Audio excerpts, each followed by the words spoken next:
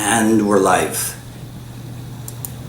So no discussion about Filipino Kali and its place in Jeet Kune can be had without discussing, of course, Dan Inosanto and his vast contributions to not just Jeet Kune, but also to the Filipino arts. But right up front, let me make it clear that in spite of my having spent 30 plus years with him, I am not in any shape or form a spokesperson for Dan Inosanto, okay? Now, it is an oft-repeated story here at I Love Jeet Kune where I tell you that in 1983, when I went out to California for the first time to train with Sifu Dan, that I knew full well that on the teaching roster, he was there as an instructor of Filipino Kali and not of Jeet Kune. But I didn't bother me because I knew that he was Bruce Lee's appointed successor, let's call it, and I had seen from the famous Oriental Fighting Arts article that Filipino Eskrima was now part of the Jeet Kune curriculum, right? So by itself, the Filipino art has its own share of controversy. For example, there's the whole name of the art thing, whether it's Arnis or Eskrima or Kali, whether or not these are just different names for the same art, or whether or not these are three different arts completely. Now you take that, right? You take an art that has its own issues, and then you bring it into the Jeet Kune training mix, and now you've got a whole new kettle of fish, right? And one person who's got both feet planted in both worlds quite firmly is Dan Inosanto. So today I'm gonna give you, I'm gonna kind of give you my take on it, because the relationship between Jeet Kune and Kali, right? This is a story of intrigue, of supposition, of embellishment, fairy tales, outright lying, and a topic, like I said before, of great controversy, especially when we look at the original Jeet Kune versus the Jeet Kune concepts argument, right? So, I'll give you my take on some of the issues surrounding Kali's involvement with JKD, and maybe even give you a brand new way of looking at it. Right? Hello everyone, this is Dwight Woods, the Jeet Kune Rebel, and welcome to the I Love Jeet Kune broadcast number 77. This is the one about JKD and its associated disciplines. This is part 7, and today we're going to take maybe our first look at Filipino Kali.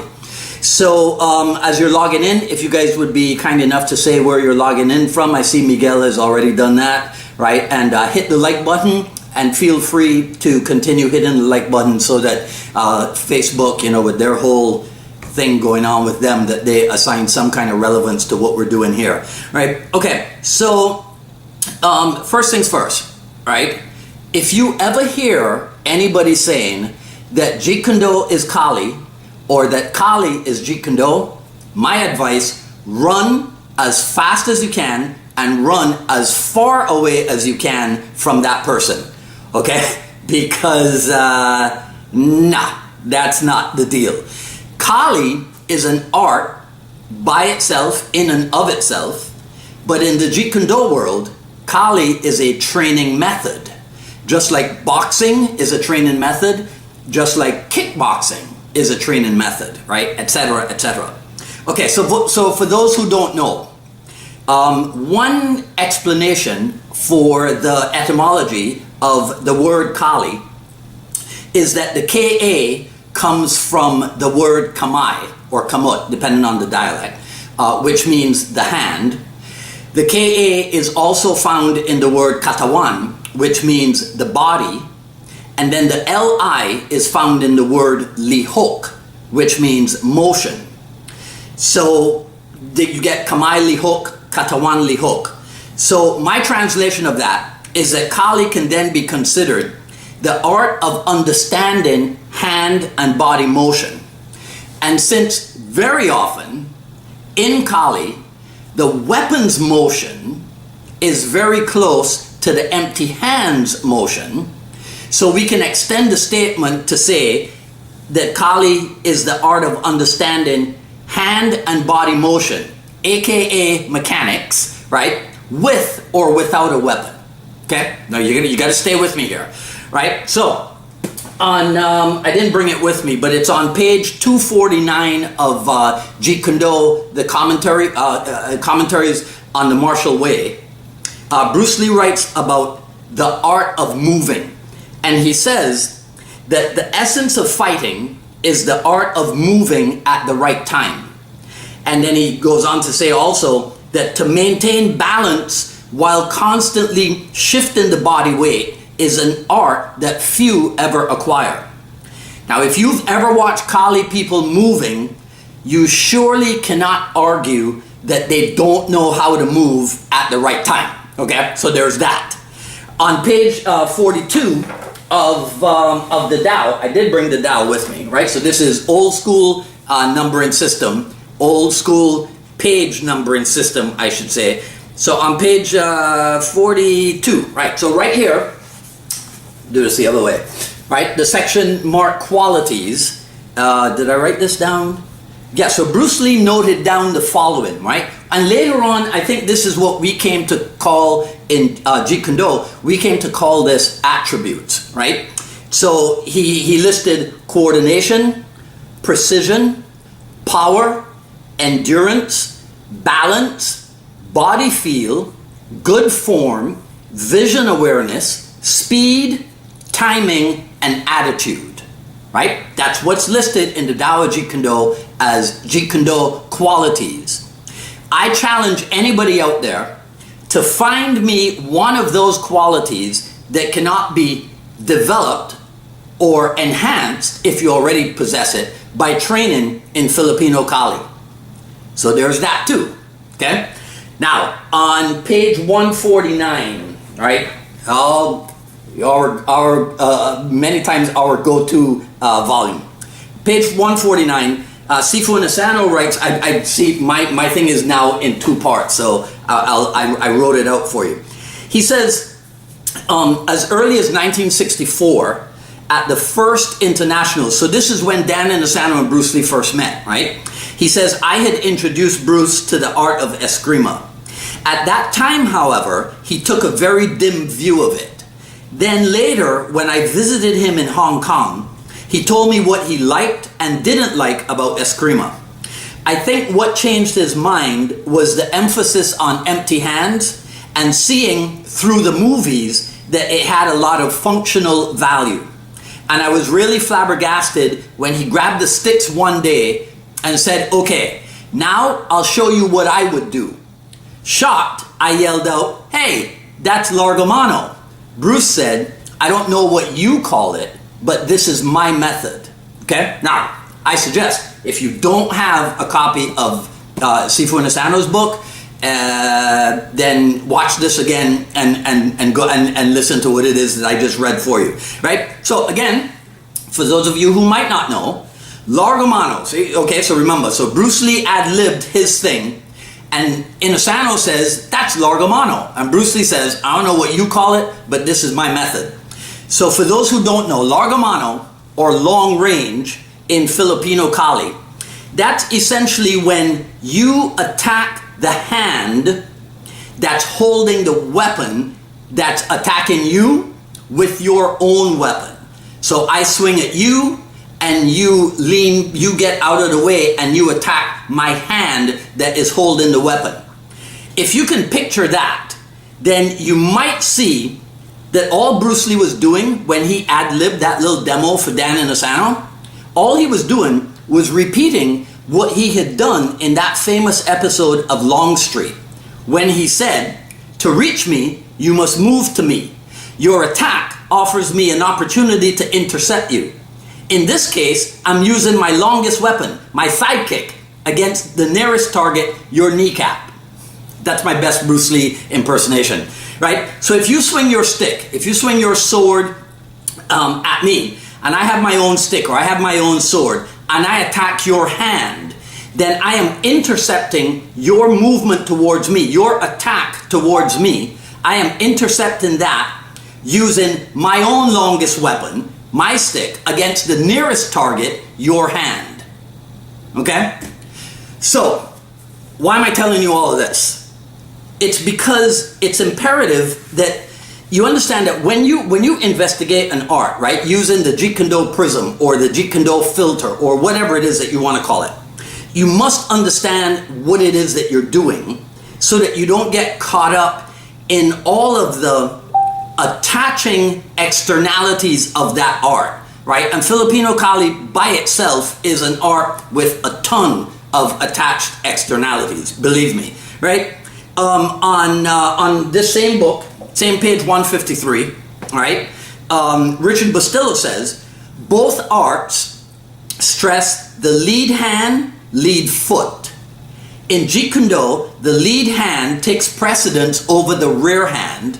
Whether it is the left or the right, the front hand is the live hand, the parrying hand, the sliding hand. In Eskrima, it's the same thing. In JKD, we use the term trapping. In Eskrima, they say checking. So, while you're wrapping your head around that Richard Bustillo famously said, keep this in mind. Actually, let me ask you this. Didn't Bruce Lee say in the early days that his system was going to be based on Wing Chun, boxing, and fencing? So let me ask you this. What is the main geometric shape of Wing Chun? As far as I know. So this is Lun Sin, who was Francis Fong's assistant back in 1983. I took a picture of him like this. One day I'll find it and I'll show it to you. I took a picture of him like this. And he said, Wing Chun is his life and the triangle is his life. Well, guess what? Kali's main geometric pattern, geometric shape, is also the triangle. So that's a commonality between Wing Chun and Kali. Have you ever heard of Panantukan, aka Filipino boxing, right? Which is somewhat derived from the weapons movement. So remember we talked about empty hand movement and body movement and weapon movement, right? So that's now a commonality between boxing, the second component of Bruce Lee's way of thinking, and Filipino Kali. And then we have fencing, right? So, what is the Spanish word for fencing? Sifu Nick just came on. He's been to Miami. He knows Spanish, right? The Spanish word for fencing is Eskrima. Okay? So, I'm going to leave that right there for now. But that is another commonality between the foundational elements of Jeet Kune Do. Boxing, Wing Chun, and fencing. That's another commonality between that and Filipino martial art. Right? Okay, so let me start to close this up because I've spent enough of your time. So let me clue you in on a thing that I call universality of motion. Right? So I told you before, Jeet Kune Do, not Jeet Kune Do, Kali can be considered Kali can be considered the art of understanding hand and body motion with or without a weapon. So understand this, right? The stick in Kali is the training method for itself, because there is a thing called stick fighting, but it is also the training method for the blade, right? Sword, knife, what have you. And then it is also the training method for some aspects, not all, but some aspects of empty hands. So we're developing, one, skill in weaponry, right, as we practice Filipino Kali. We're developing, two, skill in empty hands, as we're practicing Filipino Kali. And three, we're also developing those attributes that I listed for you from the Tao of Jeet Kune Do, right? Or what we call later on Jeet Kune Do attributes, right? And they're all attributes for fighting. So in training one thing, you're working on developing three things, right? So I think getting that three things for the price of one might be something that Bruce Lee would have called efficiency. Okay? All right. I'm going to leave it there for today. like I've told you before, I'm going to produce a video series on this whole Jeet Kune Do and its associated disciplines thing. So if you'd like to be informed about that, send me an email at jkdrebel@gmail.com and I'll add you to the notification list for it. Right? Okay. So this is, that's it for today. So feel free, that's a good one, Sifu Nick. Feel free to share, like, comment, ask questions. I'll review everything after posting. Sign up for notifications for when we go live on Facebook, and also when we post the final edit videos on the YouTube and for the broadcast and the dialogues. Follow me on Twitter at Dwight Woods, on Instagram at Dwight D. Woods. The Quick Skills Series, Volume 1, still available at ilovejeetkundo.com. I'm traveling again this weekend, but I will be posting an off-camera, a new off-camera recording of the Jeet Kune Do dialogues with Michael Marcellus Brown. So that should be up at 6 p.m. on this coming Friday for the Jeet Kune Do dialogues. Today is a russet day, so here we go. That's the shirt. All right, and I'll see you back here same time next week for another issue of the I Love Jeet Kune Do broadcast. This is Dwight Woods, the Jeet Kune Do Rebel, signing off. You guys enjoy the rest of your day. Take care.